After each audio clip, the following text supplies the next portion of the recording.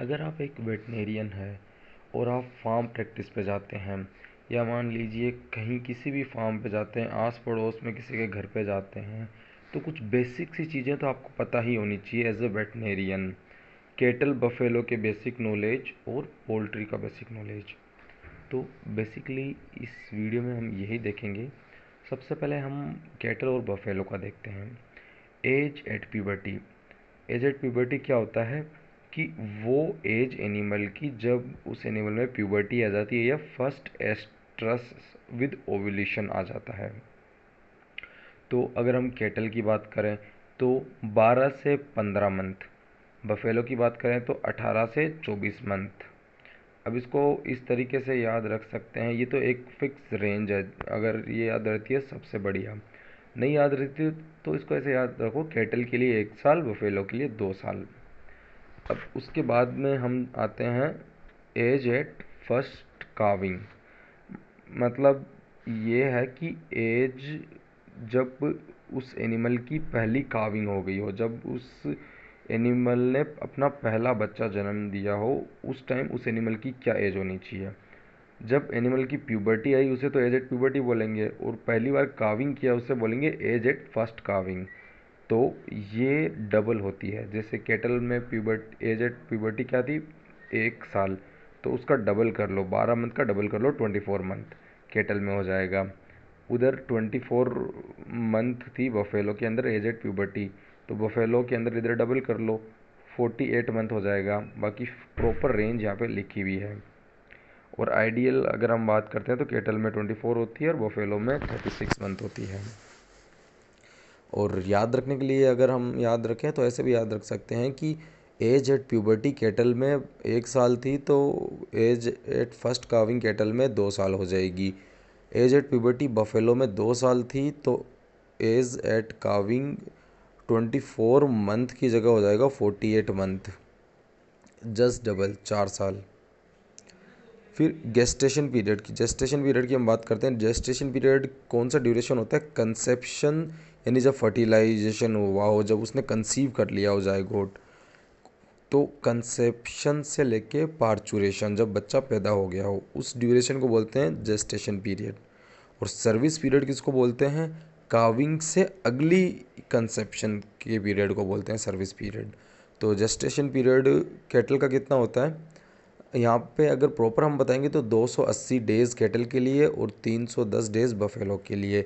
याद रखने के लिए हम ऐसे याद रख सकते हैं, 9 महीने 9 दिन कैटल के लिए और 10 महीने 10 दिन बफेलो के लिए। उसके बाद में सर्विस पीरियड की जब हम बात करते हैं तो सर्विस पीरियड कैटल में होता है 60 से 90 दिन, यानी 2 से 3 महीने। बफेलो में होता है 3 से 4 महीने। उसके बाद में ये तो बेसिक सी नॉलेज हो जो कि हमें कैटल और बफेलो के बारे में पता होनी चाहिए जब हम फील्ड में जाते हैं।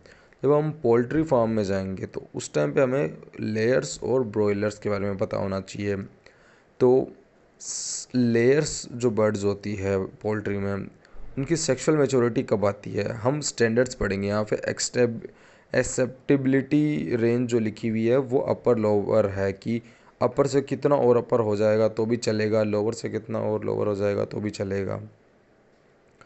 तो मतलब हम मार्केट में क्या एक्सेप्ट कर लेते हैं वो है एक्सेप्टेबिलिटी रेंज, वो आप खुद देख सकते हैं। हम स्टैंडर्ड्स की बात करेंगे।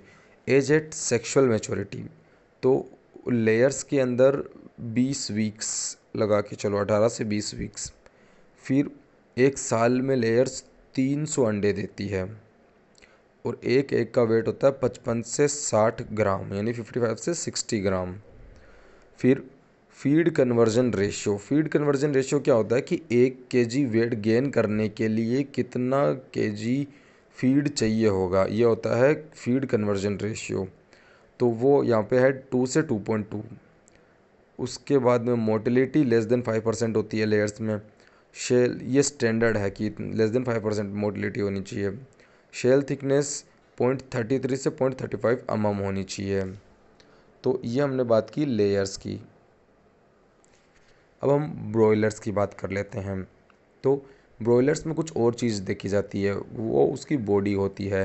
तो स्टैंडर्ड मार्केट एज जो है जब हम बॉयलर को सेल कर सकते हैं वो है जब बॉयलर या जो चिकन है वो 6 से 7 वीक का हो जाए। जब मुर्गा या मुर्गी 6 से 7 वीक का हो जाएगा तब हम उसको मार्केट में सेल कर सकते हैं। उसके अलावा और 7 वीक अगर हम लेके चलें, छः 6 या 7 वीक लेके चले तो लगभग 1.5 महीना लगा के चलो, 1.5 महीने की हैन को हम मार्केट में सेल कर सकते हैं। बॉडी वेट एट 6 वीक्स, जब हम मार्केट में उसको सेल करेंगे तब उसका बॉडी वेट 2 से 2.5 किलो होना चाहिए। अब CR फीड कन्वर्जन रेशियो उसका था 2.2, इसका है 1.6 से 1.8। मोटिलिटी उसमें भी लेस देन 5% थी, इधर भी लेस देन 5% होनी चाहिए।